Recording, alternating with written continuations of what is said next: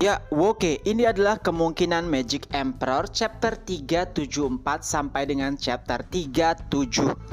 Untuk raw chapter sebelumnya, linknya Mimin sertakan di kolom komentar. Pada chapter sebelumnya berakhir saat Gu Santong tiba di gerbang keluarga Luo dan berteriak memanggil nama Zofan. Lalu Yan Fu pun muncul dan bertanya kenapa ia berteriak di depan rumah keluarga Luo, dan Gu Santong pun menjawab, "Aku mencari seseorang, yaitu ayahku Zofan." Mendengar hal tersebut tentu saja membuat Yan Fu terkejut. Apa? Anak Zofan? Yan Fu merasa itu adalah hal yang sangat janggal. Tapi karena ia juga baru masuk keluarga Luo belum lama, jadi mungkin saja ada beberapa hal yang belum ia ketahui. Ia pun langsung kembali dan memberitahukan hal tersebut kepada semua orang. Sontak satu keluarga Luo menjadi sangat kacau. Semua orang nampak bersemangat ingin melihat sosok yang dikatakan sebagai anak Zofan. Luo Yunchang terlihat sangat kesal. Apa? Ia memiliki seorang anak?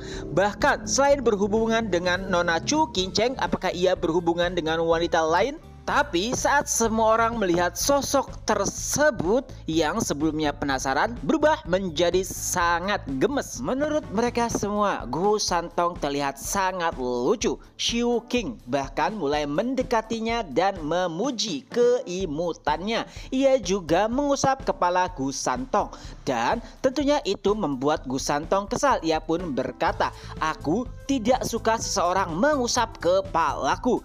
Tapi tentunya perkataan Gu Santong hanya dianggap sebagai kicauan burung lewat. Tidak hanya Xiu King, semua orang mulai mengusap kepala Gu Santong, mulai dari Kapten Pang dan beberapa penatua lainnya, hingga pada akhirnya saat Qiu Yanhai mengusap kepala Gu Santong, kesabarannya sudah benar-benar habis. Ia pun berkata kembali, "Sudah ku bilang, aku tidak suka jika kepalaku diusap." Tapi Qiu Yanhai sama seperti orang lainnya hanya menganggap perkataan tersebut seperti angin lewat. Dan bam, hanya dengan satu pukulan saja Qiu Yanhai pun terpental lebih dari 1 mil.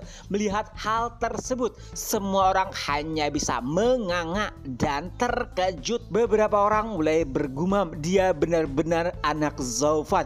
Tidak ada yang normal darinya, bahkan kekuatannya lebih gila daripada Zofan. Di sisi lain, Qiu Yanhai merasa tubuhnya benar-benar hancur. Beberapa tulangnya telah patah dan itu adalah hal yang aneh. Ia adalah seorang penatua pada ranah visi dewa tingkat 8. Tapi hanya dengan satu pukulan saja dari bocah berusia 7 tahun ia hampir mati. Tapi wajah lega mulai nampak dari orang-orang yang juga mengusap kepala Gu Santong. Untuknya mereka tidak tertimpa sial. Jika itu mereka, pastinya mereka telah pergi ke alam baka. Setelah mendengar keributan, Li Jingtian dan 4 kurcaci pun muncul. Dan saat melihat kehadiran Gu Santong, keduanya nampak panik. Li Jingtian berteriak, "Gu Santong tak terkalahkan. Kenapa kau ada di sini?" Dan para 4 kurcaci berlarian seperti anak ayam. "Gawat, monster itu masih saja mengejar kita." Mendengar hal tersebut, Luo Yunchang pun bertanya, "Penatua Li, apakah kau mengenal anak ini?" Dan Li Jingtian menjawab dengan sedikit rasa takut, "Noda muda, mungkin bagimu ia hanyalah bocah, tapi sebenarnya ia adalah pria tua berusia 300 tahun lebih. Baru saja 3 abad yang lalu ia mengacau di Tianyu dan membunuh beberapa ahli kuat. Dan saat ini ia merupakan yang terkuat dari Dragon Guardian." Mendengar hal tersebut membuat semua orang lebih terkejut. Apalagi Qiu Yanhai. Jika saja ia tahu jika seseorang yang ia anggap bocah adalah pria tua, maka ia tidak akan memprovokasi. Li Jingtian kembali bertanya, "Kenapa Gu Santong ada di sini?" Dan ia pun berkata, "Aku ingin bertemu ayahku Zofan. Cepat panggil dia." Tentu saja itu adalah hal yang aneh. Bagaimana bisa ia tiba-tiba menjadi anak Zofan? Tapi nampaknya Gu Santong juga tidak berbohong. Hingga akhirnya Li Jingtian pun pergi untuk memanggil Zofan. Beberapa saat kemudian kehadiran Zofan disambut oleh seluruh anggota keluarga dan juga para penatua. Dan saat melihat kehadiran Gu Santong, Zofan pun menyapanya dengan ramah. "Oh, Sanji muda, sudah lama tidak bertemu. Apa yang kau lakukan di sini?" Dan Gu Santong pun langsung lompat ke pelukan Zofan seperti bocah pada umumnya. Itu adalah pemandangan yang menakjubkan. Seorang monster tiba-tiba berubah menjadi anak nakal tak berdaya. Zofan kembali bertanya, "Bagaimana hari-harimu di Kekaisaran? Apakah mereka memberikanmu makanan yang bagus?" Dan Gu Santong nampak lesu. Mereka orang-orang perit itu hanya memberiku bahan kelas 1 dan kelas 2. Bahkan jika itu bahan kelas 3 itu nampak seperti makanan basi." Mendengar keluhan Gu Santong, Zofan pun langsung menyodorkannya bahan tingkat 8. Dan Gu Santong pun langsung tersenyum ria. "Ayah, apakah ini untukku?" Dan Zofan pun menanggapinya, "Ya, tentu saja." Dan tidak sampai di situ, karena melihat anaknya menderita di bawah kekaisaran, ia pun berkata, "Bagaimana jika kau menginap di keluarga Luo?" Ia juga bahkan meminta Yansong agar memberikannya makanan minimal bahan kelas 6. Walaupun itu membuat Yansong shock dan hampir terkena serangan jantung, tapi ia tidak punya pilihan selain menerimanya. Bagi seorang alkemis, bahan-bahan tingkat tinggi merupakan harta karun. Tapi di hadapan Gu Santong itu hanyalah cemilan. Dan itulah yang membuat Yansong hampir gila. Seluruh bahan-bahan tersebut nantinya akan dihabiskan oleh Gu Santong. Tapi tentunya itu berdampak baik bagi dirinya. Ia bahkan menganggap Zofan sebagai ayah terbaik di dunia. Lalu Zofan berkata, "Tidak masalah, milikku adalah milikmu." Itulah hal yang membuat Gu Santong lebih respect kepada Zofan. Beberapa saat kemudian Zofan pun berkata, "Sanji muda, sebenarnya ada hal yang ingin ku sampaikan kepadamu. Ini adalah hal yang penting." Oh ya, saat pertemuan awalnya dengan Zofan, ia melihat jika lengan Zofan menghilang. Gu Santong terlihat kesal, ia bahkan berkata, "Siapa orang yang melakukannya, aku akan membalaskan dendam." Tapi Zofan berkata, "Tidak perlu, aku telah mengurusnya." Nah, setelah memberikan Gu Santong bahan-bahan tingkat tinggi, Zofan akhirnya berkata, "Aku ingin menggunakan kaki kilin." Sambil melihat lengannya yang hilang, awalnya Zofan menganggap jika mungkin saja Gu Santong akan menolak karena itu adalah hal penting bagi hidupnya. Tapi Gu Santong berkata dengan santai, "Jika itu bukan ayah, aku tidak akan memberikannya.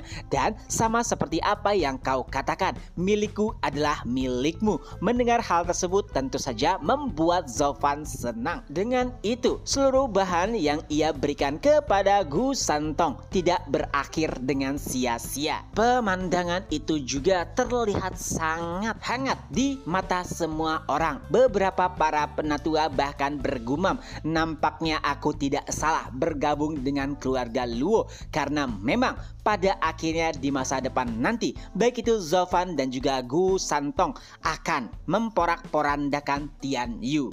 Oh, ada yang hampir ketinggalan. Zofan bertanya tujuan utama Gu Santong datang ke keluarga Luo. Lalu ia pun menjawab, ia diperintahkan oleh kaisar untuk memberikan undangan kepada klan Luo karena kekaisaran akan memberikan mereka hadiah, yaitu dilantik menjadi keluarga utama ke-8. Tidak hanya itu, 7 keluarga utama dan keluarga kelas 2, kelas 3 juga diundang untuk menyaksikan pelantikan tersebut. Mendengar penjelasan itu, Zofan pun mulai melihat gambaran kira-kira apa yang akan direncanakan oleh kaisar di masa depan nanti. 2 minggu kemudian, akhirnya Gu Santong pamit karena waktunya telah habis.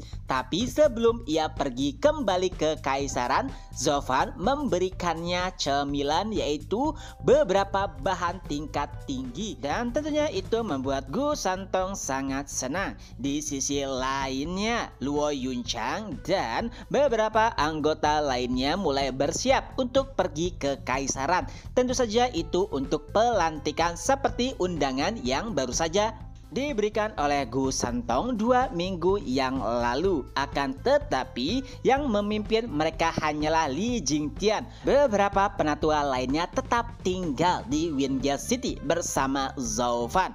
Tapi tentunya Zovan juga berpesan kepada Li Jingtian agar menjaga Noda dan Tuan Muda karena ia yakin ada banyak keluarga yang mengincar mereka.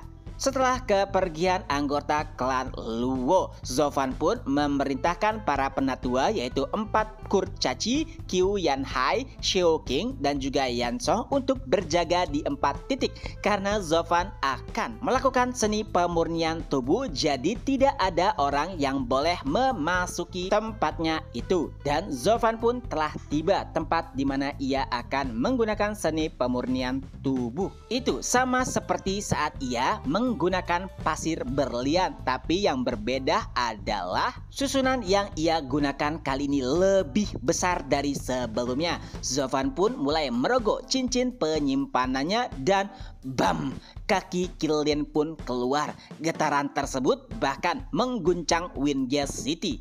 Dan Zovan pun mulai lompat ke arah kaki Qilin lalu meneteskan sebuah cairan dan siap menggunakan seni transformasi tubuh, salah satu teknik yang tercatat dalam 9 buku ketenangan. Itu adalah teknik yang bahkan bisa memurnikan bagian tubuh milik hewan suci. Persiapan selesai. Kini hanya tahap terakhir, yaitu mengubah kaki Qilin menjadi lengannya. Dan saat persiapan selesai, chapter pun berakhir. Nah, itulah kemungkinan apa yang terjadi pada chapter 364 sampai dengan 366 Magic Emperor. Semoga terhibur. Ketemu lagi di next video. Bye bye.